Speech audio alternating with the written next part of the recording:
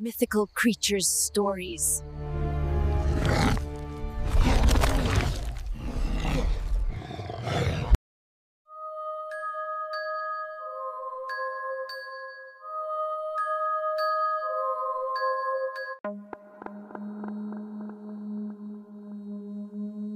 Taong 2003, may isang dalagang pangalan ay Shima, ang nag-iisang anak ni Mr. and Mrs. Kamiya. Simpleng estudyante pero sobrang nagtataglay ng kagandahan. Dahilan na sobrang daming mga kaklase niya ang mga naiinggit sa kanya. Ito ay isang grupo ng mga bully, 4 na babae at 6 na mga lalaki. Makalipas ang isang buwan, naging kapansin-pansin na si Shima ng mga kalalakihan sa eskwelahan. Mas lalo namang nagalit ang grupo ng mga bully, kaya nagkaroon sila ng masamang plano. Kaya nang kinagabihan sa train station, nang naghihintay si Shima ng tren, at wala nang masyadong tao yun dahil mga alas 9 na ng gabi. Sa gitna ng paghihintay ng dalaga, may biglang tumakma sa bibig niya. Tumambad sa kanya ang mga bully na estudyante. Binuhat ang 2 kamay at 2 paa niya patungo sa mismong train tracks. Nagmamakaawa si Shima na huwag siyang patayin, ngunit lalo lang gumisi ang mga hinayupak. Tapos saktong paparating na ang tren, kaya sa pagdaan nito, inihagis nila si Shima at tumalsik ang napakaraming dugo noong nasagasaan ng katawan. Pagkaalis ng nasabing tren, ang katawan ni Shima ay nahati sa 2. Kinaumagahan, nabalitaan ng mga magulang ni Shima ang malagim na nangyari sa kanilang anak. Dahilan ng kanilang paghihinagpis at paggagulgol ng iyak. Hindi makita ang iba bang parte ng katawan ni Shima. Tanging ang natagpuan lamang ang itaas na parte ng katawan ng dalaga. At ang mga bully naman na pumaslang kay Shima ay tuwang-tuwa sa kademonyohang kanilang ginawa. Makaraan ng ilang linggo, hindi pa nila maiwasang maging katatawanan ang sinapit ng kaklaseng pinatay nila. Tulad ng pagbibirong, may kalahating diskwento sila Mr. at Miss Kamiya sa funeral dahil kalahati lang ng bangkay ang nakaburol at iba pang mga nakakainsultong palalait kahit na ito'y pumanaw na. Ang hindi nila inaasahan na ito na ang kanilang huling araw. Nang kinagabihan, pagkatapos gumawa ng group project sa school, ay napagpasyahan na lang nilang magpunta sa train station para sila'y makauwi na. Habang sila'y kasalukuyang abala sa pakikipag-usap at hindi maiwasang pag-usapan ang ginawang pagpatay kay Shima, hindi rin nila alintana kung may makakarinig sa kanila kahit na sila lang ang natitirang pasahero. Sa gitna ng kanilang kwentuhan, natahimik sila ng sabay-sabay nung may marinig silang mahihinang kaluskos. Nais man nila itong huwag bigyan ng pansin, pero unti-unti nang lumalakas na tila papalapit na sa direksyon nila. Nagtataka sila kung ano ang bagay na iyon na maingay. Hindi walang makatukoy.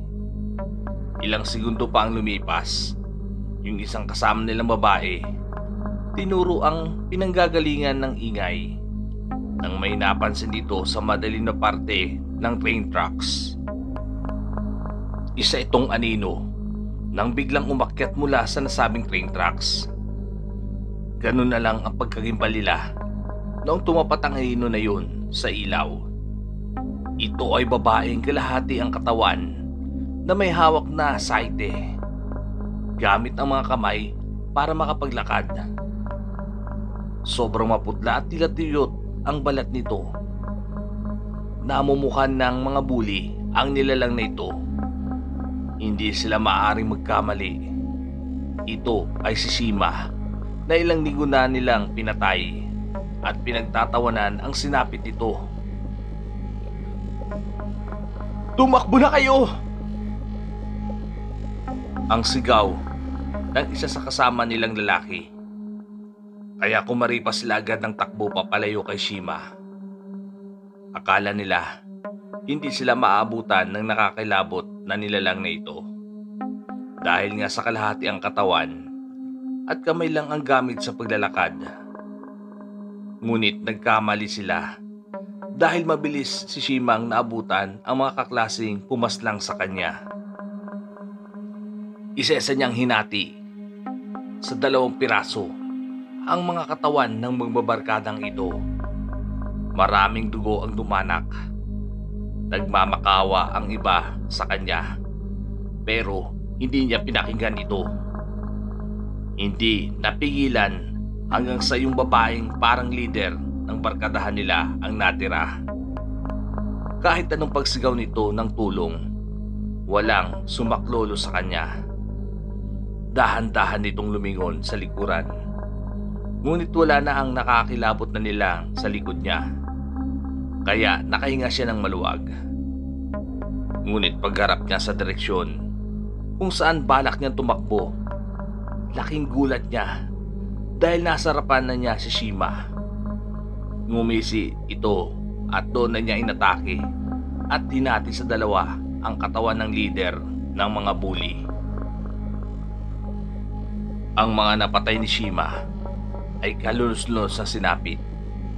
Lahat ay pinaghati-hati ang mga katawan ng walang kalaban-laban. Umalakak si Shima, sinabing, "Ngayon, alam niyo na ang pakiramdam na sabihan ng 50% ang tawad sa burol ng tinapyas niyong katawan."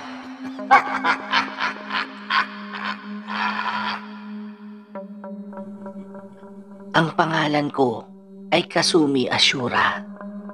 Ako ay pinanganak at lumaki dito sa Japan. Ako pala ay ang kapatid ni Rai, ang kuya kong umuwi ng Pilipinas para muling kunin ang ancestral house ng mga ninuno namin noong panahon pa ng mga Kastila.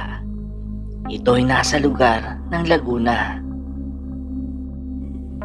Ang ate ko namang si Sai, noong nag-aaral pa siya ng college sa Tokyo, ay doon din bumili ng kondo ang mga magulang ko. Ngayon ay may sarili na siyang pamilya at doon na nakatira. Pero hindi sa pagmamayabang, ito ay mamahaling kondo at afford naman ng pamilya namin. Ngayong 2018, first year college na ako. Kasalukuyang nakikitira muna ako sa kondo kasama si Ate Sai saka ang asawa niyang si Kuya Sakura, para hindi na ako mahirapan pang magbiyahe dahil medyo malayo pa sa Tokyo ang tirahan namin. Masaya naman akong nakatira kay ate dahil bukod sa malapit ang eskwelahan ay naaalaw din akong magbantay sa bagong panganak kong pamangkin. Unang araw ko pa lang sa eskwela, ang puna ko, ang dami kong mga bully na kaklase. Kaya dahil sa bagong estudyante pa lang ako sa eskwelang yon, hindi ko na lang binigyan pa ng pansin ang mga kaklase kong iyon. Sa kabila nun, naging maayos naman ang pag-aaral ko. Hindi ako nagpapapekto sa mga pinagsasabi ng mga mapangutya ng mga klase kong bully. Nagbibingi-bingihan na lang ako. Ngunit sadyang malupit talaga sila. Ayon pa sa mga medyo matinukong mga kaklase. Kapag gusto nilang may mapagtripan, hindi daw nila palalampasin yun. Ilang buwan ang lumipas. Tapos na ang semester. Last day na ng pasok namin. Kumpleto na din ang mga requirements ko. Kaya ngayon, pauwi na ako sa amin. Medyo magagabi na nun. Dahil galing ako sa mga kaklase kong malalapit sa akin. Kaya matapos namin kinumpleto ang mga requirements. Nung nasa train station na ako, at iilan na lang ang mga tao doon. Gusto ko na sanang makasakay na ng train noong gabing iyon. Nang maya-maya ay may dumating sa station na isang tren. Kaya pinilit kong makasakay sa isang bagon. Ngunit sa kamalasan ay punong-puno na pala ang train, kaya hindi na ako nakapasok sa loob. Wala nang ibang paraan kung hindi ang maghintay muli, kaya umupo ako sa bench ng train station. Habang naghihintay ako, ay may narinig akong mga yabag ng mga paa. Hindi ko alam, pero pakiramdam ko parang may nakamasid sa akin. Luminga-linga ako, ngunit wala naman akong nakitang tao sa paligid. Kaya tumayo ko at lumipat sa kabilang bench. Hindi pa ako nakakalayo, may biglang humila sa buhok ko. Tapos lumitaw sa akin ang pamilya ng mga mukha. Ito ay ang mga klase kong mahilig mambuli sa akin. Mga inggitera, dahil daw mas kapansin-pansin daw ako. Ano ba? Bitawan niyo ako. Pagmamakaawa ko sa kanila. Ano ba ang kasalanan ko sa inyo? Kung bakit niyo ako ginaganto? Aray!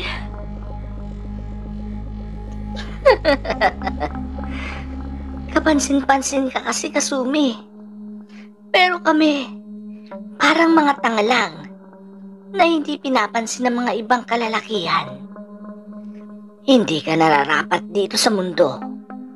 Kaya ang dapat sa iyo ay mamatay na.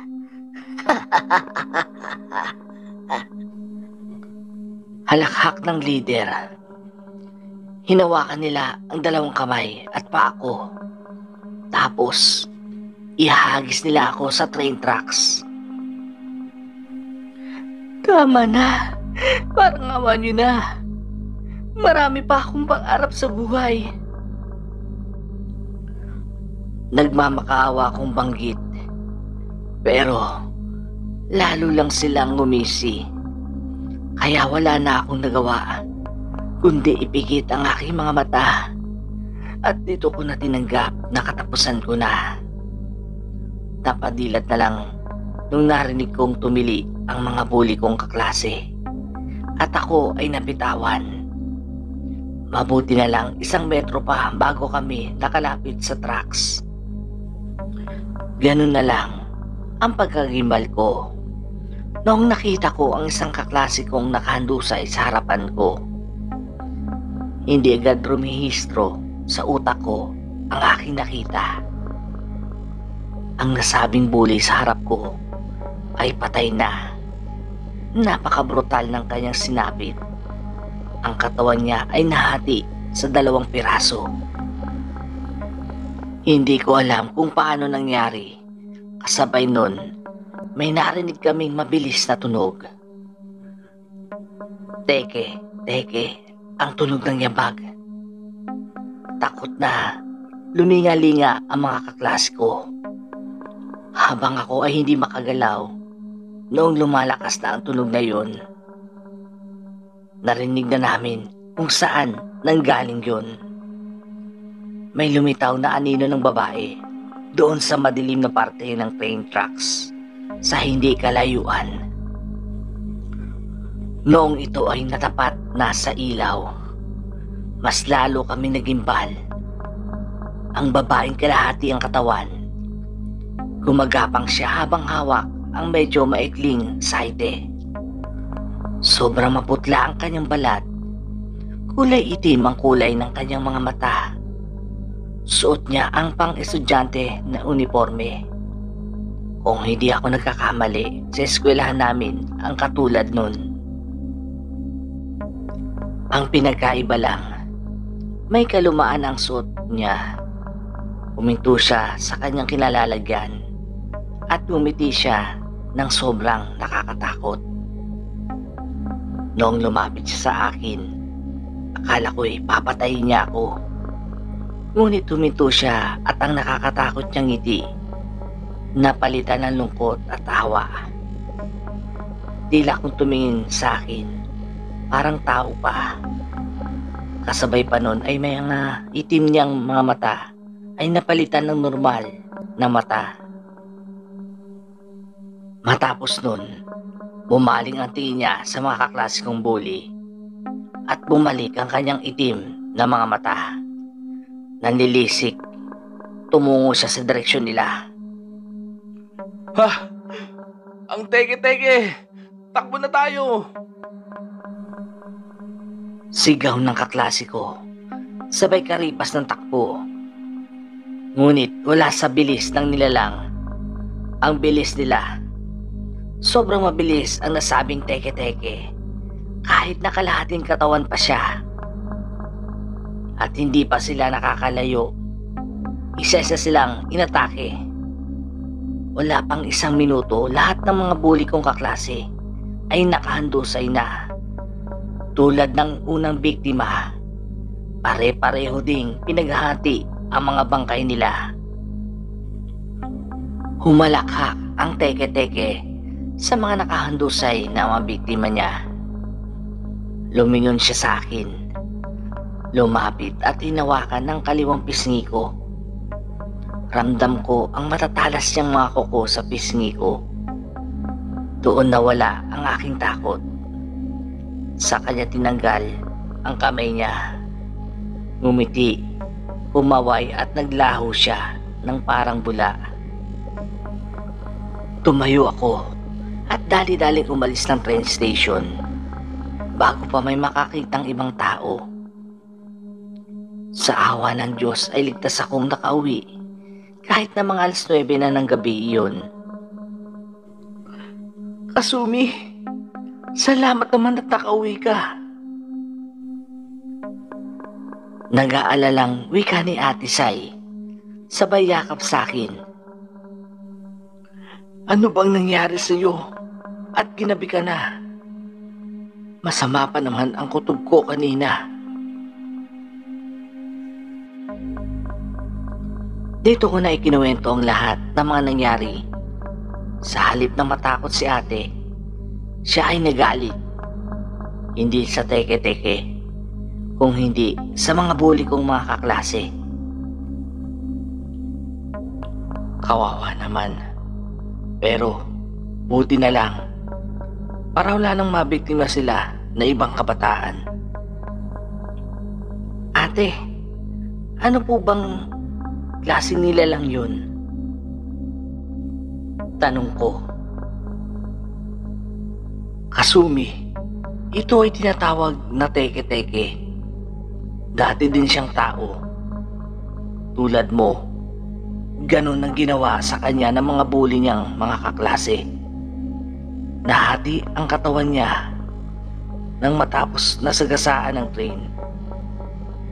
Ilang linggo ang nakalipas, gumanti siya sa mga nambuli sa kanya. Ganun na ganun ang mga ginawa niya sa mga kaklase niya. Simula nun, naghahasik na siya ng lagim. Tulad mo, hindi niya binibiktima ang mga inosente. Kwento sa akin ni ate. Ibig sabihin? Oo, Kasumi, mga masasamang tao lamang ang mga binibiktima niya. Kaya ikaw maswerte ka dahil iniligtas din niya ang buhay mo mula sa mga demonyong gustong pumatay sa iyo. Dagdag pa ni ate sa akin habang siya ay naluluha. Ayos ka lang ba? Bakit parang umiiyak ka, ate? Nagtataka kong tanong. Ang pangalan niya ay Shima. Siya ang kaklase ko noong college. Siya ang pinakamalapit kong kaibigan.